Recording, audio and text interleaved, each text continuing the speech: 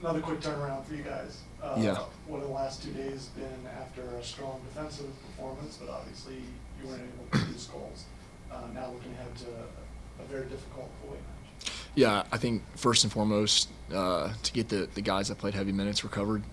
So that's like a primary focus, I think, for us. And then today, the guys that didn't play very much on Wednesday, got to play a little bit more and get some minutes and time on our legs. So it's good.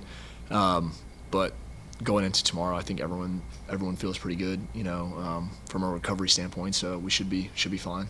Yeah, this is a tough stretch, right? Yeah, we got a lot of games. We got to make sure we're kind of going that extra mile to take care of our bodies. We have a really good staff here that, make sure that we're well taken care of, and, they check our numbers daily. So, we just got to stay on top of it. Yeah.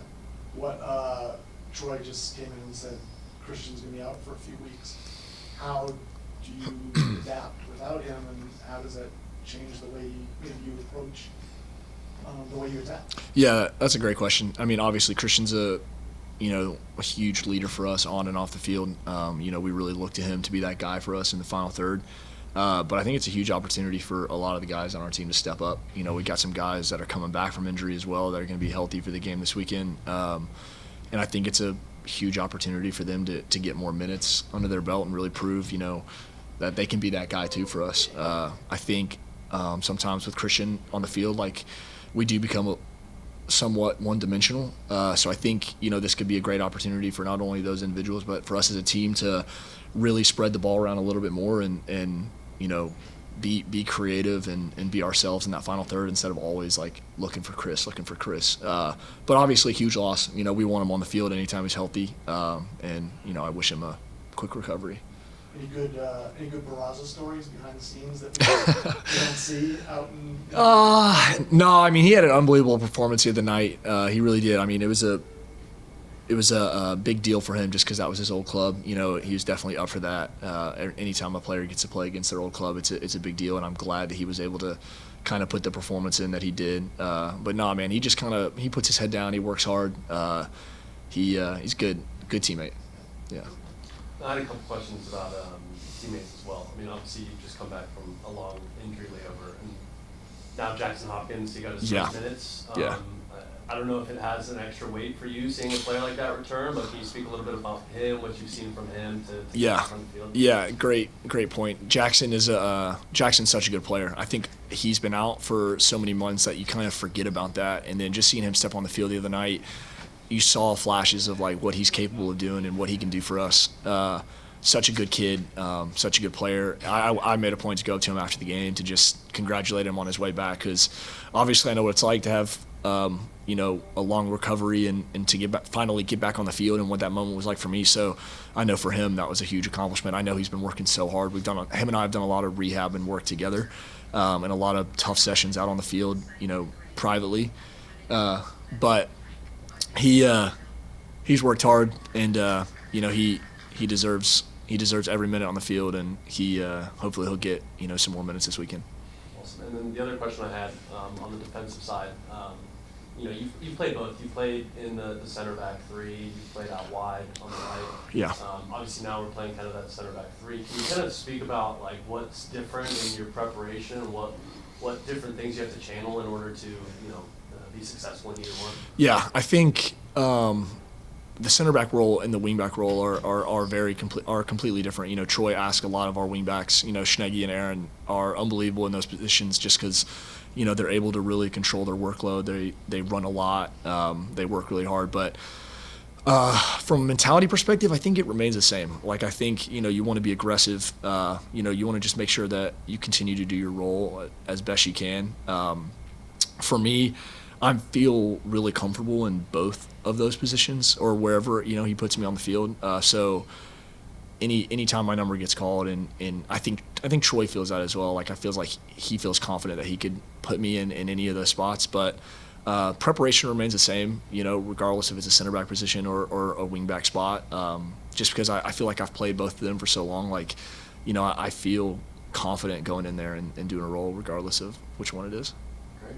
And then next we'll go to Dave Johnson on Zoom. I think he might be silent. You're muted, Dave. Oh, there he is. Maybe on mute. Operator error. That's just a professional broadcast. I don't know how to turn my mic on.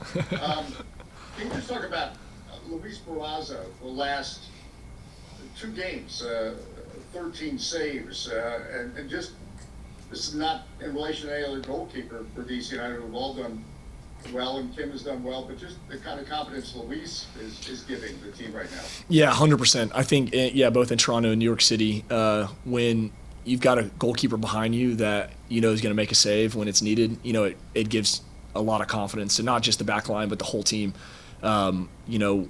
We would like for him to not have as many saves as he's had the past 2 games, but it definitely fills us with confidence to, when a shot does come or our back line may break down in a scenario that we've got a guy that's got our back there. He's really stepped up. He's worked really hard, and I'm, happy for him.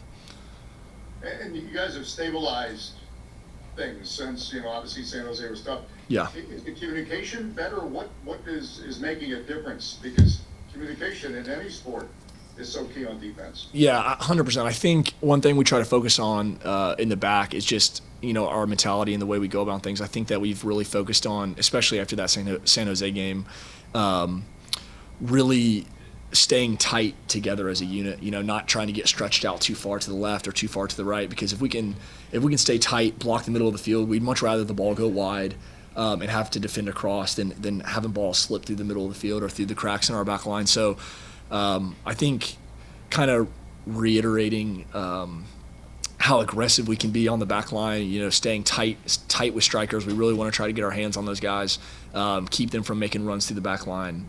Troy and Zach have preached that to the center backs a lot, to where, if there's a striker running through the back line, they really want us bumping that guy, knocking him off, making him uncomfortable. So I think we've done a better job with that. And then, for me, I think it's a mindset. Like defending is a mindset thing to me. Like I think that, regardless of who you're playing against, 9 times out of 10 they may be better than you, but on that night, on that day, not today. Like you're going to beat them. So I think as long as we keep that aggressive mindset and go out every weekend with that in our heads, it's going to be tough for teams to score. So then defending is almost as mentally exhausting as it is physically. Is that fair?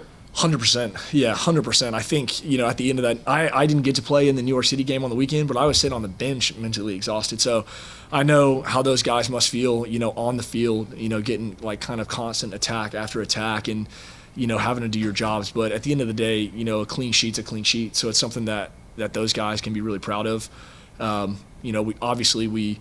We'd love to have the ball a little bit more and get maybe a little bit more out of our attack. But, if we can guarantee that we're not going to concede a goal, the worst that we can do is tie. So I was super proud of those guys on the weekend, or on the week. In Nashville, Troy says they're in fine form. What's the concern? What should we be focusing on? Yeah, Nashville's a good team. I mean, especially at home. I think they're 6-1-1 at home. They've got great goal differential, at home as well. They've got really talented players. They brought in some really good guys in the middle of the park as well, tidy players. Obviously Hani Mukhtar and Sam Surridge are goal scorers and players that us as center backs, we got to get tight to. We got to get our hands on them and be aggressive with those guys. I think, the more that we can keep them out of their rhythm, the more that we can keep them out of doing what they want to do, the better off that we're going to be. I think we're going to try to stay compact in the middle, really make them go wide, and keep the ball out of their playmakers' hands. Best of luck. Thank you so much. One more question. Do you have time for a lighthearted question? Or Yeah, absolutely. Always. No, always. I've noticed you've recently gone through a change. You've gone from business in the front, party in the back, to just purely business. Yeah. In your opinion, what's better, the mullet or what's your sport now? What went through your mind when you made that decision? That's a great question. Yeah. It's like 60 minutes.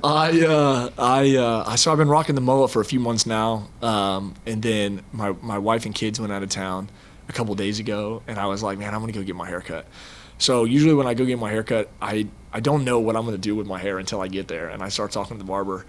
So I show up and I was like, man, I think I'm gonna get ready to mullet. And he was like, yeah, really? Why? I go, man, I'm 30 years old now. Like I can't be rocking a mullet anymore. Like I got 3 kids. So I got rid of the mullet, and usually come around summertime, I like to buzz my head anyways. So probably my next cut will be a buzz, just because it gets so hot out there in training. So that I do miss it though. I'll be honest. When I got home from the barbershop, I was like, "What have I done?" So it's all good though. Handsome regardless, bro. Thank you. Thank you very much.